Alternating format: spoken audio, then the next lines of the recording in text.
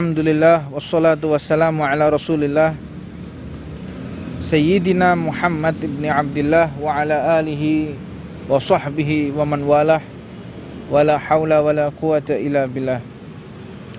Subhanaka la ilma lana illa ma 'allamtana innaka antal alimul hakim. Rabbi shrah li sadri wa yassir li amri wahlul 'uqdatam min lisani yafqahu qawli. Alhamdulillah atas nikmat Allah, atas rahmat Allah, kasih sayang Allah, sehingga kita masih dapat melaksanakan untuk mengkaji bersama ilmu baginda Nabi besar Muhammad sallallahu alaihi wa alihi wasallam. Di dalam ketaatan ini penting kita pahami bersama bahwa taat yang benar-benar taat adalah orang yang meninggalkan segala sesuatu yang dilarang oleh Allah dan senantiasa ikhlas, senantiasa istiqomah, senantiasa mulazimah, melazimkan segala sesuatu yang diperintah oleh Allah Subhanahu wa taala.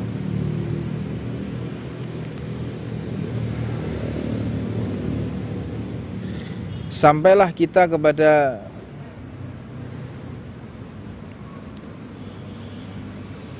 fasal wa min adabil wujubi ta'atil qalb.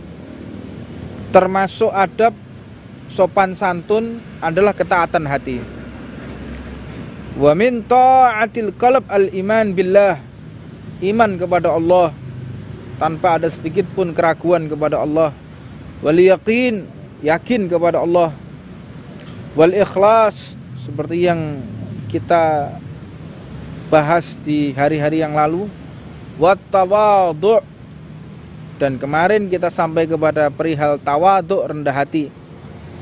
Rendah hati itu tempatnya ya pasti di hati, bukan pada fisik. Fisik ini hanyalah cerminan yang apa yang ada di dalam hati. Jika hatinya muram, tentu fisiknya pun akan muram. Jika hatinya bahagia, tentu fisiknya pun akan cerah. Jadi sebetulnya apa yang ada di zahir kita ini cerminan apa yang ada di dalam hati kita. Maka ketika kita tawadhu, rendah hati, ini tidak ada satupun orang yang mengerti kapan dia ikhlas, kapan dia ujub, kapan dia riya, tidak ada orang yang tahu. Wan nasihatu lil muslimin, termasuk orang yang memiliki ketaatan hati, dia senantiasa menebar kebaikan, mengajak seseorang, menasehati seseorang untuk bersama-sama mengerjakan sesuatu yang baik, yaitu melaksanakan perintah Allah, dengan mengajak sahabatnya, mengajak teman-temannya, mengajak saudaranya untuk senantiasa taat kepada Allah Subhanahu wa taala. Wasakha, orang yang hatinya penuh dengan cahaya, hatinya penuh dengan cinta kepada Allah dan dicintai oleh Allah, biasanya dia itu termasuk orang yang sakha. Apa itu dermawan? Dan sesungguhnya orang kalau dermawan, insya Allah dia tidak akan pernah terkena penyakit. Karena pernah satu diceritakan ya, sesungguhnya manusia ini di dalam hartanya dititipi penyakit oleh Allah. Di dalam hartanya dititipi musibah, malapetaka. Semua manusia di dalam harta itu Allah sediakan jatah kita beli obat. Allah berikan jatah kita untuk menginap di rumah sakit. Allah berikan jatah kita untuk membeli barang yang rusak. Maknanya kalau kita terjadi sesuatu insiden di jalan, terjadi kerusakan, Allah sudah sediakan rezeki untuk memperbaiki kendaraan kita. Nah, manakala kesediaan Allah diganti dengan sedekah, maka yang semacam itu penyakit, termasuk kecelakaan di jalan, termasuk daripada segala sesuatu yang tidak kita kehendaki, maka akan hilang dengan kedermawanan tadi, dengan sakha tadi. Diceritakan ada salah satu saudara kita, beliau bertempat tinggal di Arab Saudi sana. Beliau tinggal di Arab Saudi. Sudah sangat banyak diketahui bahwa orang yang tinggal di Arab Saudi itu banyak menggaji para TKW, tenaga kerja wanita. Maka salah satu pekerja wanita yang ada di Arab Saudi ini, setelah beberapa bulan beliau nggak pulang, kembali kepada majikannya. Jadi majikannya begitu suka dengan TKW ini karena kecepatan bekerjanya, karena enaknya masakan. Karena nggak ada yang lebih enak masak seperti Indonesia. Kalau masakan Arab Saudi sana hambar, nggak ada rempah-rempah seperti di Indonesia ini, nggak ada. Di sana itu penuh dengan hanya dengan wadi, ada lembah-lembah. Nggak seperti di Indonesia. Indonesia kan penuh dengan rempah-rempah, bawang, brambang, cabai, seledri, banyak makanan yang ada di Indonesia, dan itu nggak terdapat di negara Arab. Orang Indonesia udah tahu bagaimana cara meraciknya, sehingga si TKW ini benar-benar disayang oleh majikannya. Majikannya seorang perempuan tua. Maka diceritakan di situ beberapa bulan si pembantu rumah tangga ini pulang kembali ke Arab Saudi untuk melanjutkan pekerjaannya. Luar biasa, seperti biasa, memang cekatan, memang sangat lihai sekali dalam memasak, enak masakannya. Diriwayatkan di situ pembantu ini punya satu keanehan. Kalau di kamar mandi ini lama, nggak seperti biasanya. Lama kalau di kamar mandi. Jadi setiap kamar mandi sampai 1 jam, nggak seperti biasanya. Maka dibiarkan aja oleh majikannya ini, seorang perempuan tua. Dan kebetulan majikannya ini terkena satu penyakit kanker yang telah divonis oleh dokter hidupnya tinggal 4 bulan lagi. 4 bulan lagi, dan kata dokter, ini engkau akan menjalani satu kemoterapi lagi. Yang ini sudah finish. Kalau memang sembuh, ya sembuh, umurmu akan lebih panjang. Dan kalau gagal kemo ini, ya engkau akan wafat hari itu juga. Jadi kemo terakhir, umurnya antara 4 bulan ke depan kalau panjang umur. Kalau enggak, ya hari itu dia meninggal. Kemo yang terakhir, karena sudah stadium 4 seorang majikan ini. Kemudian si majikan ini punya pembantu rumah tangga TKW ini yang setiap hari 1 jam di kamar mandi, nggak pulang-pulang, nggak keluar-keluar. 1 jam nggak keluar. Sampai akhirnya majikannya ini memberanikan diri untuk bertanya, kamu kenapa setiap masuk kamar mandi hampir 1 jam? Kamu sakit apa? Dijawab oleh TKW tadi ini, pembantu rumah tangga, mohon maaf, saya ini ketika berangkat ke sini pas pada saatnya saya itu lahiran. Saya lahiran. Sedangkan panggilan berangkat sudah ditentukan, paspor sudah siap, visa sudah siap. Sedangkan kami ini hidup pas-pasan di desa. Kalau saya nggak berangkat harus bayar tagihan. Kalau saya nggak berangkat ini nanti nggak bisa makan. Sedangkan kalau saya berangkat juga saya punya bayi. Kamu punya bayi? Iya, saya punya bayi. Ketika saya kesini saya punya bayi. Terus kenapa dengan bayimu? Ya itulah alasan saya di kamar mandi berlama-lama. Jadi ketika saya melahirkan saya harus menyusui anak saya. Dan saya ketika di kamar mandi lama karena mohon maaf Pak, payudara saya ini sangat keras sekali. Jadi saya keluarkan dulu air susu tersebut. Saya keluarkan dulu air susunya agar tidak sakit, karena sakit sekali. Mendengar seperti ini majikannya terenyuh, menangis air matanya. Terenyuh, majikan ini terenyuh. Ya Allah, kasihan nih. Pembantu saya ini kasihan. Ya udah gini aja, spontanitas. mengatakan, kamu pulang, ini gajimu 2 tahun, saya kasih komplit lengkap gajimu 2 tahun, kamu pulang ke Indonesia. Ini nomor HP saya.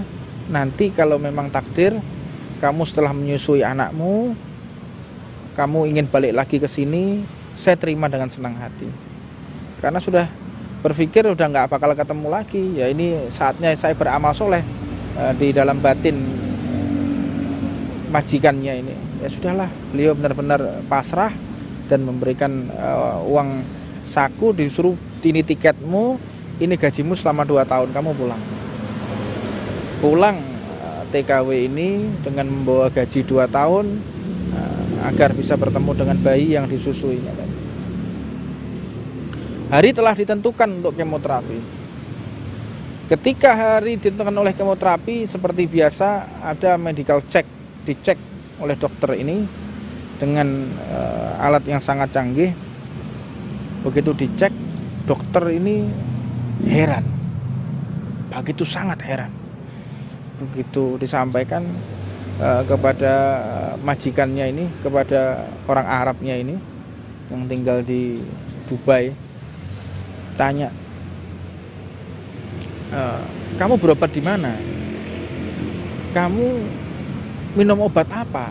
Dijawab oleh beliau ini, majikan orang TKW ini, saya nggak minum obat apa-apa. Saya juga nggak berobat kemana-mana. Nggak mungkin, kata dokter tadi. Nggak mungkin. Benar, saya nggak minum obat apapun. Kalau begitu engkau mendapatkan mukjizat. Kanker yang ada di tubuhmu semuanya hilang, tidak tersisa sedikit pun. Subhanallah. Tidak sedikit pun tersisa. Kaget. Majikannya orang TKW ini kaget betul. Kenapa seperti itu? Wallahu a'lam, sendiri nggak tahu. Akhirnya pulang, nggak jadi di kemo, pulang, dilihat normal semuanya. Menangis. Subhanallah, ini mungkin karena berkah saya bersedekah, berkah ketika saya ini dermawan kepada orang yang membutuhkan, terutama kepada ibu-ibu yang menyusui anaknya, rela pisah dengan anaknya, mencari rezeki sampai ke luar negeri, anaknya yang harusnya disusui ditinggalkan demi mencari rezeki yang halal. Subhanallah. Namun sama-sama beruntung kedua orang ini. Majikannya dibukakan pintu oleh Allah, pintu kedermawanan. Yang TKW juga demikian, bertemu dengan orang yang dermawan.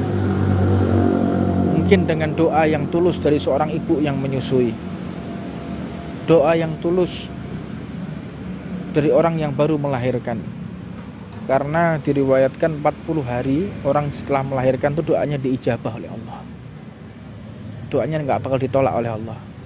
Seperti doanya para nabi dan rasul. Orang 40 hari setelah melahirkan itu doanya diijabah seperti para nabi dan rasul.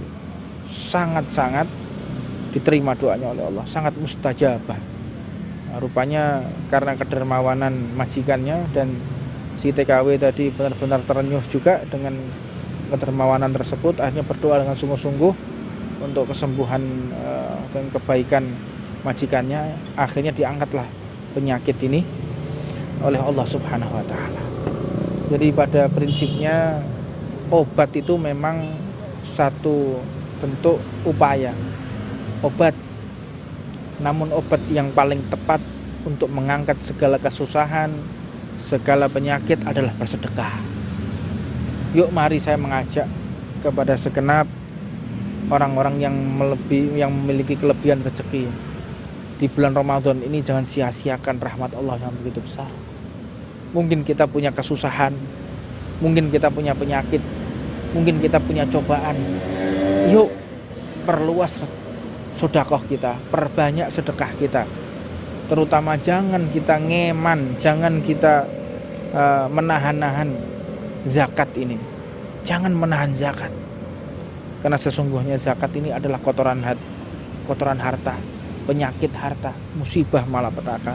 Mudah-mudahan kita semua diberikan kemudahan oleh Allah Subhanahu wa taala untuk mengeluarkan zakat, untuk taat kepada Allah sehingga kita dijauhkan dari penyakit, musibah, malapetaka. La ilaha illallah Muhammad Rasulullah.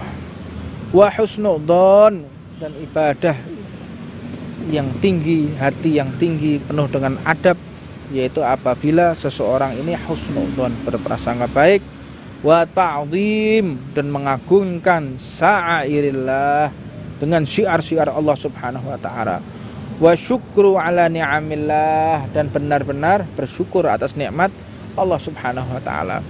Karena memang manusia itu paling sulit untuk bersyukur. Wa qalilun min ibadiyah syakur. Bersyukur ini bukan hanya kepada Allah, tetapi bersyukur kepada manusia. Barang siapa tidak bersyukur kepada manusia, berarti dia juga tidak bersyukur kepada Allah Subhanahu wa taala. Maknanya barang siapa dia tidak berterima kasih kepada jasa manusia, berarti dia tidak akan pernah sampai kepada Allah.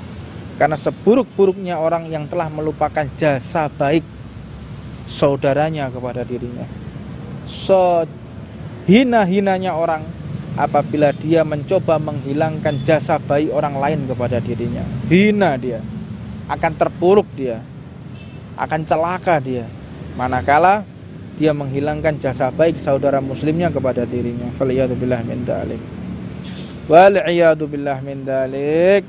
Allahumma salimna wa iyyakum. Mudah-mudahan kita diberikan selamat oleh Allah Subhanahu wa taala. Orang hina itu, orang hina, orang licik, orang terkutuk, itu yang mencoba berupaya selalu menghilangkan jasa-jasa baik orang terhadap dirinya. Jadi kalau ada orang baik, bukan karena itu, ya memang usaha saya sendiri. Dan juga hati-hati kepada orang yang merasa punya banyak jasa kepada orang lain. Jadi dirinya ini bermanfaat dan dirinya juga merasa banyak menolong orang. Hati-hati kalau kita sudah menyampaikan dengan ucapan orang itu loh selamat gara-gara saya, orang itu loh bisa bangkit gara-gara saya. Hati-hati. Yang membuat kita bisa taat itu adalah Allah. Yang bisa membuat kita dekat dengan Allah ini ya Allah. Yang membuat kita bisa sholat itu juga Allah. Yang membuat kita bisa membaca Al-Quran adalah Allah. Yang bisa kita membaca sholawat, yang membuat kita bisa membaca sholawat adalah Allah. Jadi tanpa bantuan Allah kita tidak bisa taat. Tanpa bantuan Allah kita tidak bisa untuk sholat. Tanpa bantuan Allah kita tidak bisa bersedekah. Tanpa bantuan Allah kita tidak bisa menebar kebaikan kepada siapapun. Jadi manakala kita bisa berbuat baik, itu pertolongan Allah kepada kita. Jasa baiknya Allah, rahmat Allah yang dibentangkan untuk kita. Jadi ini makna daripada seseorang yang merasa dirinya telah berjasa kepada orang lain. Ketahuilah Anda dalam keadaan terpuruk, Anda juga dalam keadaan tersia-siakan. Karena justru yang membuat Anda bisa taat, bisa ibadah, bisa dermawan itu adalah Allah Subhanahu wa ta'ala. Anda lihat ceritanya Nabi Allah Ayub, Nabi Yakub ya, yang penyakit itu Nabi Yakub apa Nabi Ayub? Nabi Yakub ya. Nabi Yakub alaihissalam yang terkena penyakit, ya betul Ron. Nabi Yakub yang diganjar oleh Allah dengan penyakit.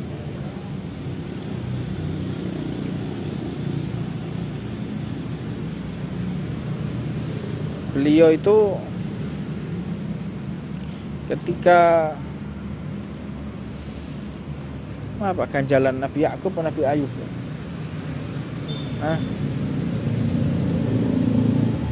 Nabi Ayub alaihi salatu wassalam.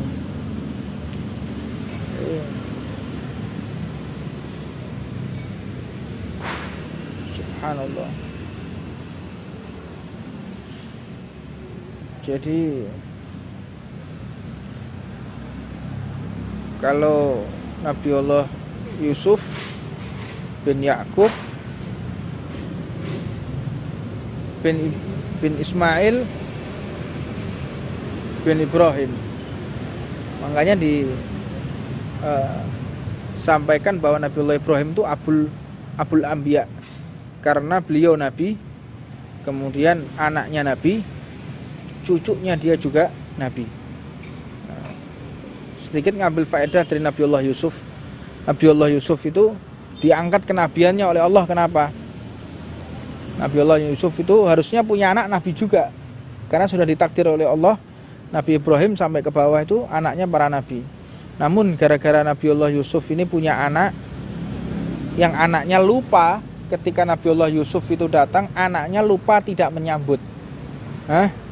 Ini bukan sengaja melupakan, bukan sengaja melalaikan, tapi benar-benar lupa tidak menyambut kedatangan ayahnya. Jadi Nabiullah Yusuf, beliau itu kedatangan ayahnya, dia nggak berdiri, nggak menghormati ayahnya, lupa tidak memberikan takzim kepada orang tuanya. Seketika itu anaknya Nabiullah Yusuf yang sebelumnya nabi diangkat nabinya oleh Allah karena kelalaiannya menghormati ayahnya, yaitu tidak berdiri ketika orang tuanya datang. Banyak sunnah daripada sunnah yang dicontohkan Nabi Muhammad itu kita menghormati siapapun itu berdiri, menghormati. Termasuk ketika kita menerima Al-Quran. Jadi kalau kita menerima Al-Quran itu takzim kepada Al-Quran. Jangan ketika kita menerima Al-Quran, kalau kita posisi kita dalam keadaan duduk, kita harus berdiri menerima Al-Quran. Jangan kalau kita menerima Al-Quran, posisi kita masih dalam keadaan duduk. Ini Al-Quran, biasanya kalau mau darusan. Kalau mau darusan itu, si penerima Al-Quran, si penerima Al-Quran, dia ini, si penerima Al-Quran, dia tetap duduk, enggak berdiri. Nah, ini merupakan termasuk orang yang tidak memiliki ta'zim, penghormatan kepada Al-Quran. Sunnahnya kita untuk sunnah mu'akkadah, sunnah yang sangat ditekankan. Bahkan para sufiah mengatakan menerima Al-Quran dalam keadaan duduk, sedangkan yang memberikan dalam keadaan berdiri ini hukumnya haram. Dalam kitabnya Adab fi Hamlul Quran itu ada adab-adab membawa Al-Quran, bagaimana tata cara sopan santun ketika membawa Al-Quran. Nah, di situ kembali kepada cerita Nabi Ayub. Nabi Ayub diprotes takdirnya Allah ini oleh iblis. Jadi yang biasa protes atas nikmat Allah ini ya iblis. Iblis itu sukanya protes atas apa? Nikmat Allah. Itu pekerjaannya iblis, nggak terima. Kalau ada orang dapat rezeki, dia nggak terima. Kalau ada orang dapat rezeki, dia seolah-olah sakit hati. Ada saudaranya kaya, ada saudaranya lebih maju dari dia, dia sakit hati. Ini orang sifat-sifat yang iblis yang terdapat di dalam diri manusia. Makanya ketika Nabiullah Ayub, beliau ini dapat rezeki menjadi nabi, wajahnya tampan, harta bergelimpangan, melimpah ruah, istrinya cantik, anak-anaknya tampan dan sehat-sehat. Iblis nggak terima, menyampaikan kepada Allah, ya Allah, kalau seorang nabimu yang bernama Ayub ini senantiasa bersyukur kepadamu itu wajar, karena hartanya melimpah, anaknya sehat, istrinya sholihah, cantik. Wajar kalau dia taat kepadamu, wajar kalau dia bersyukur kepadamu. Terus apa maumu wahai iblis? Uji dia ya Allah, aku ingin tahu apakah benar nabimu ini seorang kekasihmu, seorang yang kau cintai. Apa yang kau inginkan wahai iblis? Coba ambil hartanya. Apakah dia bisa bersyukur? Apakah dia tetap bersyukur? Maka memang seorang nabi dijaga imannya oleh Allah, diambil hartanya, musnah hartanya Nabiullah Ayub. Ketika musnah hartanya, tambah dekat dengan Allah. Alhamdulillah ya Allah, engkau ambil hartaku musnah. Sehingga pada masa itu anak-anaknya Nabiullah Ayub ini dibawa ke rumah pamannya, sepupu dari istrinya. Ada yang mengatakan sepupu, ada yang mengatakan saudara dari istrinya. Diasuh karena sudah nggak bisa beli makanan, nggak punya makanan, kelaparan, anak-anaknya dibawa ke rumah saudara istrinya. Maka iblis kembali lagi kepada Allah. Itu lihat, kata Allah itu lihat, tetap aku ambil hartanya, dia masih dekat kepadaku, tetap bersyukur. Berarti Nabiullah Ayub ini bukan cinta harta, tapi cinta anak. Coba engkau takdirkan anak-anaknya meninggal, maka terjadi gempa, anak-anaknya tertimbun rumah, sehingga anak-anaknya meninggal. Menangis Nabiullah Ayub sambil bersyukur kepada Allah. Alhamdulillah ya Allah, engkau ambil hartaku sehingga tidak ada hisab, tidak ada peradilanmu ya Allah. Dan saat ini engkau ambil anak-anakku sebelum dia dewasa, sehingga tidak menjadi beban ketika aku nanti di akhirat. Karena anak-anak kita ini akan menjadi beban atau menjadi penolong bagi kita. Anak-anak kita ketika sholat, dia menjadi penolong kita. Tapi manakala anak-anak kita, anak-anak yang durhaka, orang tuanya tetap terseret ke neraka. Karena banyak riwayat diceritakan, orang tua yang semula dia berada di surga diseret menuju ke neraka oleh anaknya sendiri, anak kandungnya sendiri. Kenapa bisa? Seorang ayah tidak mengenalkan anak-anaknya dengan baginda Nabi Muhammad. Seorang ayah yang tidak mengenalkan anak-anaknya kepada Al-Quran, tidak mengenalkan anak-anaknya kepada para habaib, para dzurriyyah Nabi, tidak mengenalkan anak-anaknya kepada para kiai, para alim, justru mengenalkan anak-anaknya kepada ahlu dunia, mengenalkan anak-anaknya kepada pemain sinetron, kepada artis, yang artis kafir, yang dia bermaksiat. Mending kalau artisnya soleh. Kan banyak sekarang artis-artis soleh itu, seperti yang saya sebut kemarin, Mbak Imbong, soleh dia, sholat, puasa. Artis-artis yang lain kan pada gitu. Jadi malu kalau orang-orang mengidolakan artis, artisnya puasa, artisnya sholat, artisnya sedekah, para fansnya malah nggak sholat, fansnya ngerokok di jalan. Waliyadzubillah min dzalik. Dikenalkan kepada orang-orang yang jauh dari Allah Subhanahu wa taala, sehingga anaknya durhaka. Jadi orang tuanya semula di surga, dia diseret oleh anaknya menuju ke neraka. Dan banyak pula seorang tua yang lalai sehingga dia masuk neraka dan akhirnya diseret oleh anaknya menuju ke surga, digandeng oleh anaknya menuju ke surganya Allah Subhanahu wa taala. Kembali kepada kisah Nabiullah Ayub tadi, mengatakan bahwa aku bersyukur kepada Allah, engkau telah takdirkan anak-anakku ini meninggal pada usia dia belum balik, sehingga menjadi tabunganku ketika menghadap engkau ya Allah. Aku bersyukur kepadamu ya Allah. Itu lihat, akhirnya iblis masih nggak terima. Ya Allah, ternyata yang dicintai oleh Nabiullah Ayub ini bukan hartanya, bukan anaknya, tetapi parasnya, badannya sendiri. Ya udah, kalau begitu aku akan berikan penyakit kepada Nabiullah Ayub. Nabi dikasih penyakit. Yang penyakit ini membuat beliau kurus kering. Jadi ada kisah Israiliyah, ada cerita Israiliyah, Bani Israel, yang benar-benar mempertajam. Jadi Nabiullah Ayub ini sampai keluar belatungnya, nggak ada kayak begitu. Nabi itu nggak punya penyakit menjijikkan, tidak ada. Jadi ada dulu kita pernah membaca Nabiullah Ayub itu keluar belatungnya, sampai belatungnya jatuh diangkat lagi. Itu nggak ada, itu penyakit menjijikkan. Nabi itu nggak pernah penyakit menjijikkan. Nabi itu nggak bisa kena baros. Apa baros itu? Belang. Kulitnya putih-putih kena belang, nggak boleh. Allahumma salimna wa iyyakum. Mudah-mudahan kita diberikan selamat oleh Allah Subhanahu wa taala dari penyakit-penyakit yang membuat kita turun kedudukannya di hadapan Allah Subhanahu wa taala. Nabi juga tidak buta. Nabi juga tidak buta. Sebagaimana Nabiullah Yusuf ketika ditangisi oleh ayahnya Nabiullah Yakub. Nabiullah Yakub menangisi Nabiullah Yusuf sampai buta. Enggak, itu cuman berkurangnya pandangan, enggak buta. Jadi Nabi itu terbebas dari penyakit yang menjijikkan. Nabi terbebas dari seorang Nabi dan Rasul, dia enggak bisa buta.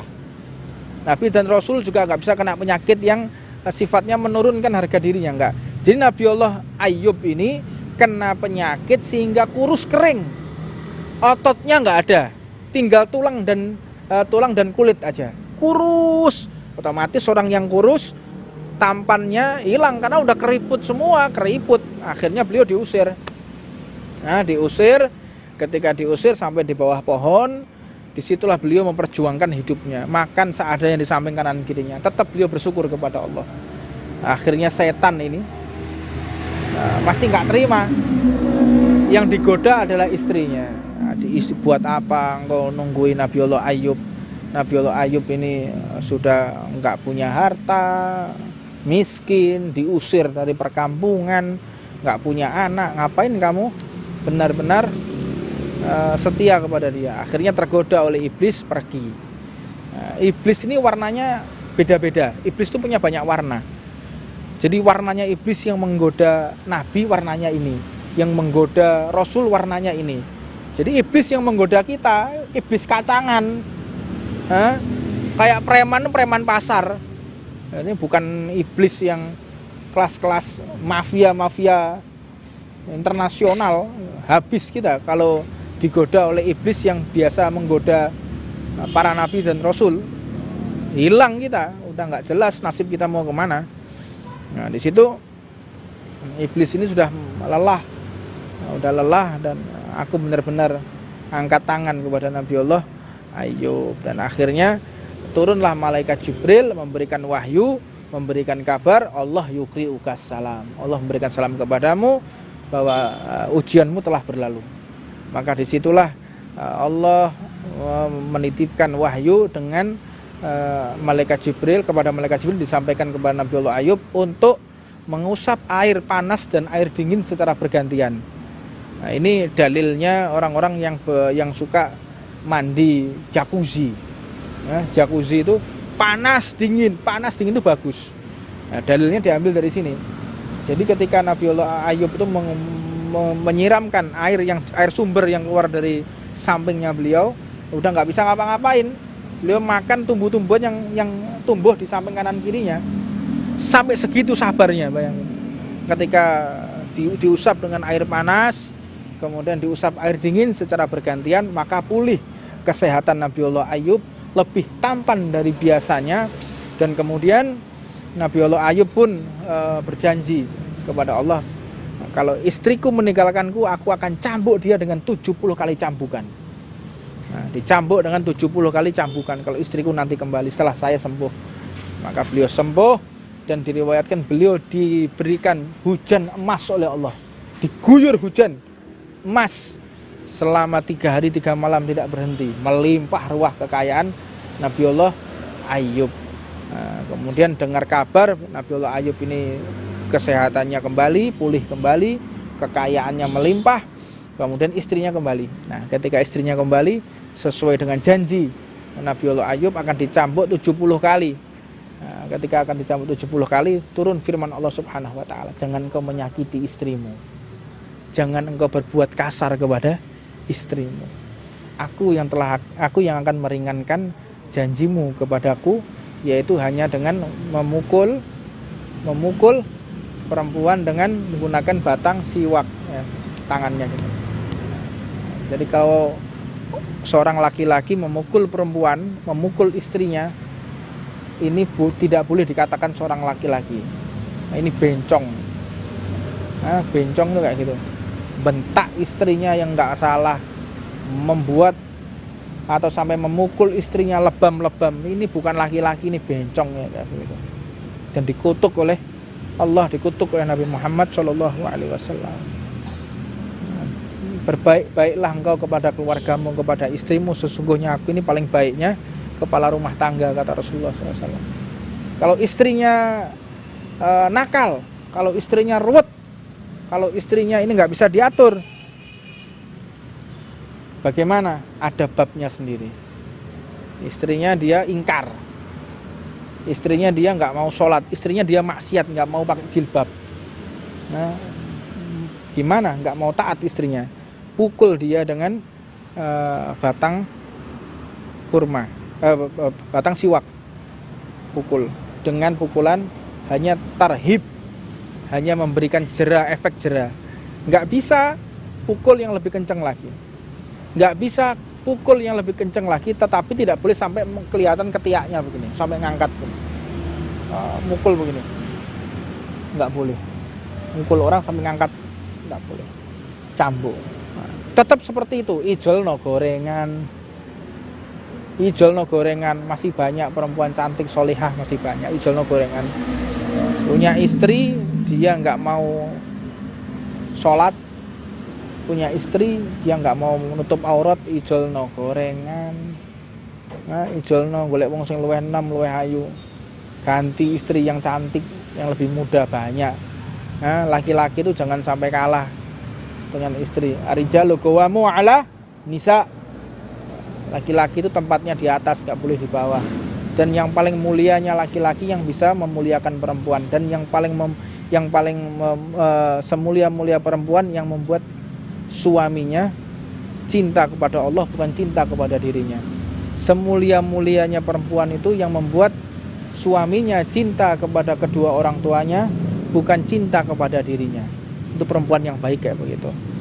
Nah, akhirnya kembali kepada cerita Nabiullah Ayub, diringankan pukulan tersebut, dan akhirnya setan masih mendatangi Nabiullah Ayub. Setan masih mendatangi Nabiullah Ayub. Apa kata setan? Wahai Ayub, aku menyerah.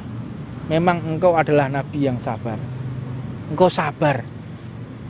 Diganjar penyakit, diganjar kehilangan harta, diganjar kehilangan anak. Ya Allah, berat kehilangan anak itu, berat sekali. Maka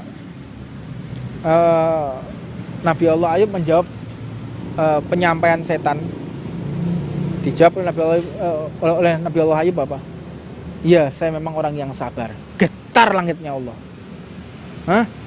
Ketika Nabi Allah Ayub mengatakan, ya memang aku orang yang sabar, marah Allah. Hei Ayub, engkau mengatakan dirimu sabar, engkau merasa dirimu sabar. Kata Allah Subhanahu wa taala, engkau bisa taat, engkau bisa sabar pemberian dari siapa itu? Engkau merasa dirimu mulia, engkau merasa dirimu ini tinggi, engkau bisa taat kepada Allah. Siapa yang membuat engkau taat? Siapa yang membuat engkau beriman? Siapa yang memilihmu menjadi nabi? Siapa yang membuat engkau sabar? Siapa? Allah. Jadi tidak pantas engkau menjawab setan yang mengatakan diriku memang sabar. Salah. Hampir dicabut kenabiannya Nabiullah Ayub yang telah melewati begitu besar cobaan Allah karena merasa dirinya sabar, karena merasa dirinya soleh, karena merasa dirinya taat kepada Allah. Lalu bagaimana dengan kita? Seorang nabi saja yang telah melewati begitu banyak rintangan, bertemu malaikat Jibril akan diangkat kedudukannya oleh Allah karena merasa dirinya itu sabar. Kadang-kadang kita ini udah ibadah pas-pasan, ilmu pas-pasan, sedekah pas-pasan, merasa diri kita mulia. Ya Allah, naudzubillah min dzalik. Mudah-mudahan Allah membersihkan hati kita semua dan menjadikan kita orang-orang yang taat kepada Allah Subhanahu wa taala. Dan mudah-mudahan majlis ini diberikan istiqomah oleh Allah Subhanahu wa taala sehingga kita dimuliakan di dunia sampai nanti bertemu dengan Allah, bertemu dengan baginda Nabi Muhammad, pertemuan yang bisa membuat Nabi Muhammad tersenyum kepada kita dan kita pun tersenyum ketika melihat Nabi kita Muhammad sallallahu alaihi wasallam. Rabbana atina fid dunya hasanah wa fil akhirati hasanah wa qina adzabannar wa 'alamana ma syuyukhuna wa 'ala qutbu zaman wa 'alamana wa Al-Habib Umar Muhammad sallallahu alaihi wasallam wa 'ala Habib Muhammad Jabir bin Abdullah wa 'ala Habib bin Abdullah wa 'ala wa Al-Habib Muhammad bin Ali Ba'il wa 'ala Sayyidina Muhammad bin Ibrahim sallallahu alaihi wasallam wa 'ala Sayyidina Ahmad rahmatullah wa 'ala wa awliyati sah wa 'ala wa Syekh Bajau Samajau wa 'ala wa Sayyidina Syekh Jaluddin wa 'ala wa Sayyidina Habibul Qadir wa Sakaf wa 'ala wa Sayyidina Syekh Dullah Musa wa 'ala Syekh Sisa wa Jamil wa Izam wa 'ala wa hadratin Nabi Muhammadin sallallahu alaihi wasallam. Al-Fatihah.